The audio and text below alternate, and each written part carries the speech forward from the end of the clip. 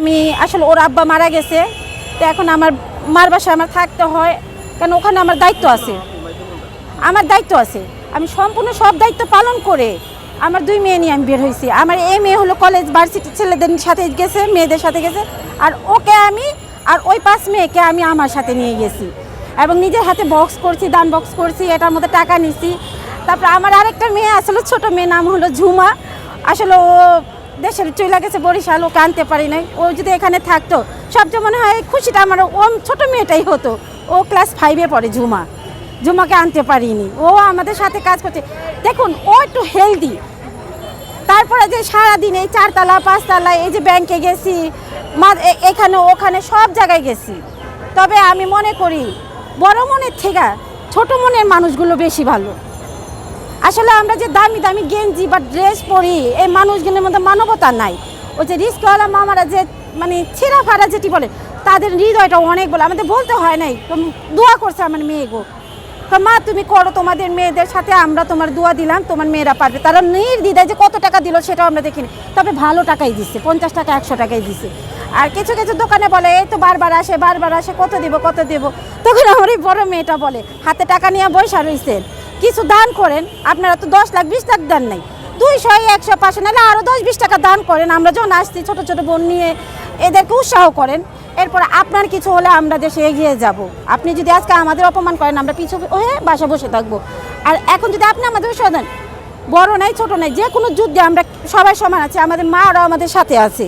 আগে কিন্তু মারা ছিল না, বলতো বাবা যেও না, তুমি ছাড়া আমার কেউ নাই, মা তুমি যেও না, আমার ছেলে নাই, দুটা মেয়ে। তা আমি কিন্তু এইদিকে তাকাই নিয়ে দিছি।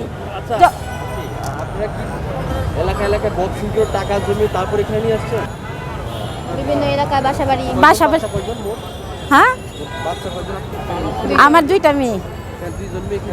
হ্যাঁ, আমার 2টা মেয়ে কাজ করছে আমার সাথে। আর আমি ওর গ্রুপে কল করছিলাম এবং সবাইকে জানাইছি, ওর গ্রুপের লোক কাজ করেনি। এরা যেটা আসছে এরা হলো অন্য গ্রুপের লোক। এই যে আমার এই মেয়েরা, ওরা সাহস দেখাইছে যে আন্টি আমরা আপনাদের সাথে কাজ করব, আমরা দেশের জন্য কাজ করব। তো আমরা ক্লাস থেকে ওরা ভালো টাকা উঠাইছিল। তো ক্লাসের টিচার বললো যে এটা আমরা স্কুল ফান্ডে থেকে দেবো। তো তখন আমি তর্ক করিনি, যেহেতু স্কুল, সেখানে আমি তর্ক করতে গেলে আমি বাইরের মহিলা, আমার সাথে অনেক কিছু হতে পারে।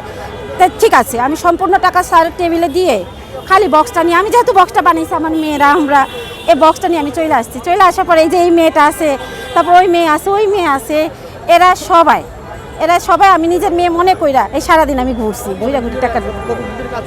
হ্যাঁ, আমরা 3 দিন কাজ করছি।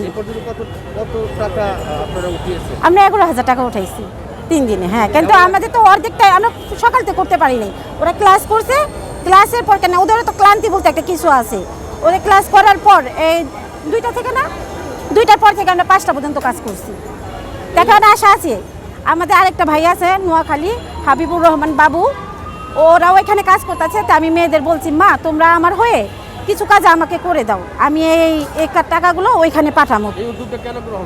করলাম আসলে দেখেন এখানে দাঁড়ায় আছেন, আমি যেখানে দাঁড়ায় আছি, আমাদের কোনো চিন্তা নাই, কোনো কিছুর চিন্তা নাই। কিন্তু ওইখানে যারা আছে ওরা একটাই চিন্তা করতেছে, এখন তো অল্প করে খাবার পাই, আমাদের পানি যখন টান দিবে আসলে আমাদের ঘরের ভিতরে কানা পয়সাও পাওয়া যাইব না, মানে কোনো কিছুই পাওয়া যাইব না, মুরগি বলেন আজ বলেন একেবারে নিঃস্ব।